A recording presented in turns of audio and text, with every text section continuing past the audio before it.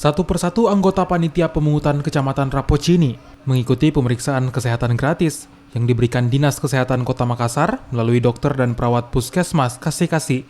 Pemeriksaan dilakukan di halaman Sekretariat PPK Rapocini.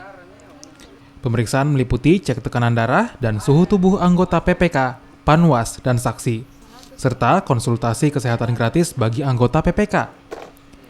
Dokter juga menyiapkan obat dan vitamin yang akan diberikan bagi anggota PPK yang kesehatannya menurun. Dari hasil pemeriksaan, hampir seluruh anggota PPK, Panwaslu, dan saksi di Kecamatan Rapocini mengalami penurunan tekanan darah yang diindikasikan disebabkan oleh kelelahan dan kurang tidur. Apa saja, Dok?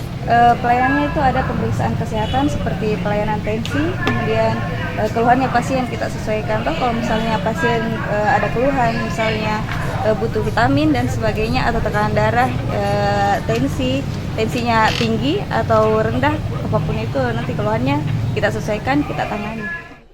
Kehadiran para dokter ini dinilai sangat membantu anggota PPK Rapocini. Ketua PPK Rapocini, Abbasiyah, mengatakan bahwa hampir seluruh anggota PPK telah bekerja selama seminggu penuh menghitung suara dari 385 TPS di 11 kelurahan di Kecamatan Rapocini. Pemeriksaan kesehatan berguna untuk mengantisipasi adanya anggota PPK yang sakit karena kelelahan. Kami punya trik begini, karena di PPS itu kan ada 3 sekretariat, ada 3.